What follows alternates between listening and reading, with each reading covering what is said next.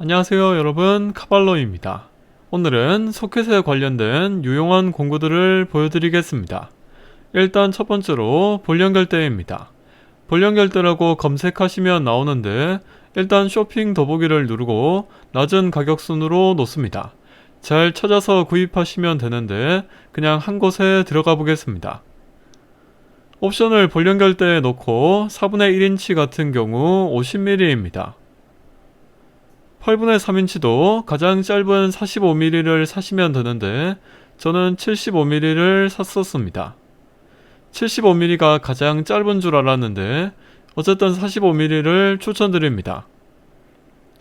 일반 연결대는 아시는 것처럼 이런 식으로 생겼는데 볼연결대 같은 경우 명칭에서 알 수 있듯이 끝부분이 약간 둥근 형태를 가지고 있습니다. 일반 연결대 같은 경우 끼웠을 때 약간 움직이긴 하지만 움직인다기보단 유격이라고 보는 게 더 정확합니다. 반면 볼연결대 같은 경우 이렇게 힘을 줘서 끼우면 끝까지 끼웠을 땐 일반 연결대와 똑같습니다. 살짝 뽑으면 이런 식으로 회전합니다. 볼트너트를 풀 때 걸리적거리는 게 있어도 이렇게 회전하기 때문에 좁은 공간에서 볼트너트를 풀 때 아주 좋습니다. 볼연결대가 왜 두 개밖에 없는지 궁금하실 겁니다. 보시면 이게 4분의 1인치 볼연결대이고 이게 8분의 3인치 볼연결대입니다. 2분의 1인치는 왜 없는지 궁금하실 텐데 필요가 없어서 안 샀습니다. 여기 있는 길이 조절 라첼 렌치가 보이실 텐데 4분의 1인치, 8분의 3인치, 2분의 1인치입니다. 그런데 이 4분의 1인치와 8분의 3인치 같은 경우 좁은 공간에 있는 10mm나 12mm 볼트 풀 일이 가끔 있습니다.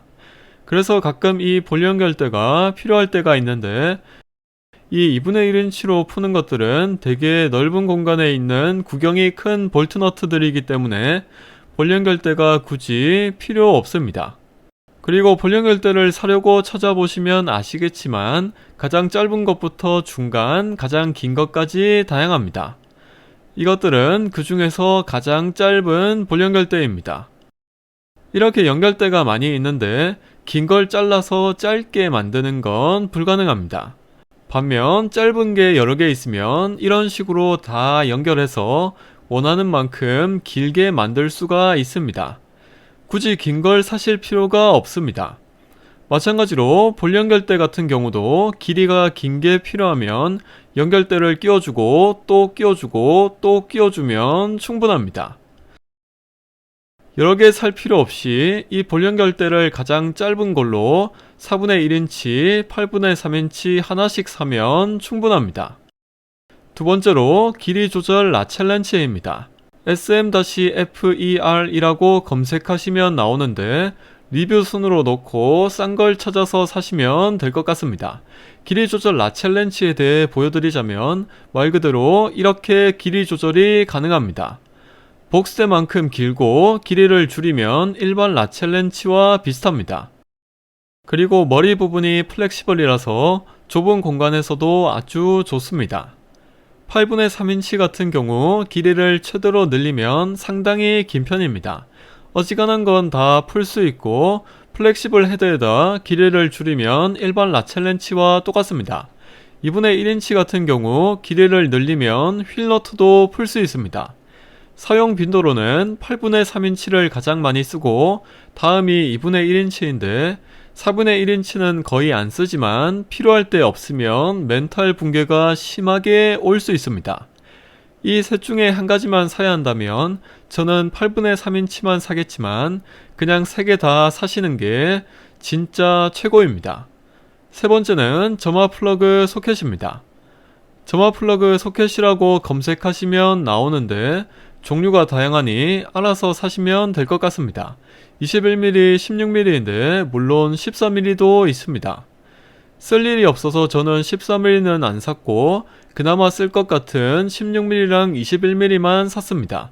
21mm는 쉐보레에서 많이 쓰는 것 같고 14mm는 르노 삼성에서 많이 쓰는 것 같습니다. 현대기아가 쓰는 건 16mm입니다.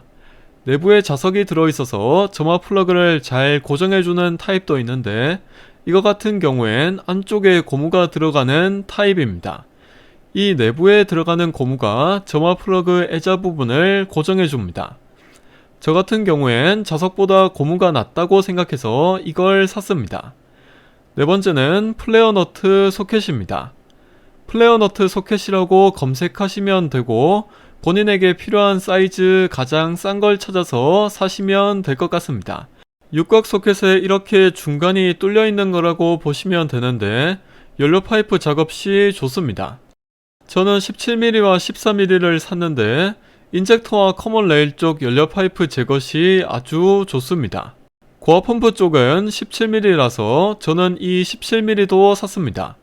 본인 차량에 필요한 사이즈를 사시면 되는데 그렇게 비싸지 않기 때문에 본인 차량이 디젤이고 인젝터 쪽 작업을 하실 거라면 그냥 과감하게 사시는 걸 추천드립니다. 다섯 번째는 임팩 조인트인데 유니버셜 조인트와 비슷하다고 보시면 될 것 같습니다. 임팩 조인트라고 검색하시면 나오는데 솔직히 이거는 구입하시는 걸 그다지 추천드리지 않습니다. 되게 장점이라고 생각하는 부분이 유니버셜 조인트 같은 경우 비슷해 보이고 이렇게 꺾인 상태로도 잘 도는 것 같은데 실제로는 상태가 많이 안 좋습니다. 실제 사례로 보여드리자면 드릴과 유니버셜 조인트 그리고 연결대를 이렇게 손으로 잡고 있겠습니다. 살짝 꺾여 있는 상황에서는 부드럽게 잘 도는데 많이 꺾이면 옆으로 꺾여 버립니다. 반면 임팩 조인트 같은 경우에는 적어도 허용 범위 내에서는 최대로 꺾어도 어떻게든 잘 돌아가는 편입니다. 드릴을 쓸 때도 좋고 일반 라첼 렌치에 연결해서 써도 일반 유니버셜 조인트보단 훨씬 좋습니다. 마지막으로 자석 소켓입니다. 10, 12, 14mm, 10, 12, 14mm인데 숏소켓, 롱소켓입니다. 왜 6개나 샀는지 궁금해 하실 수 있는데 이런 조그만 볼트를 풀 때 이걸 라첼 렌치에 연결해서 풀면 달라붙기 때문에 볼트가 떨어질 일이 거의 없습니다. 엔진룸에서 작업하실 때 주로 푸는 게 이 10, 12, 14mm일 텐데 작업하다가 볼트가 떨어지면 찾는데 짧으면 몇십 분, 길면 몇 시간 걸릴 수도 있습니다. 아시는 분들은 다 아실 겁니다. 그거야 그렇다 쳐도 롱소켓은 왜 필요한지 궁금한 분들이 또 계실 겁니다. 자석 소켓을 돌려서 보면 보시는 것처럼 자석 부분이 있습니다. 그런데 이 자석이 내부에 스프링이 들어있어서 이 정도까지는 자석이 움직입니다. 예를 들어서 이렇게 스터드가 튀어나와 있는 너트를 풀어야 할 때 짧은 자석 소켓은 풀 수가 없습니다. 하지만 롱 소켓을 사용하게 되면 스터드가 엄청나게 길지 않고서야 이렇게 들어가기 때문에 거의 모든 상황에 대처가 가능합니다. 수전증 있는 분에게 강력 추천합니다. 시청해주셔서 감사합니다.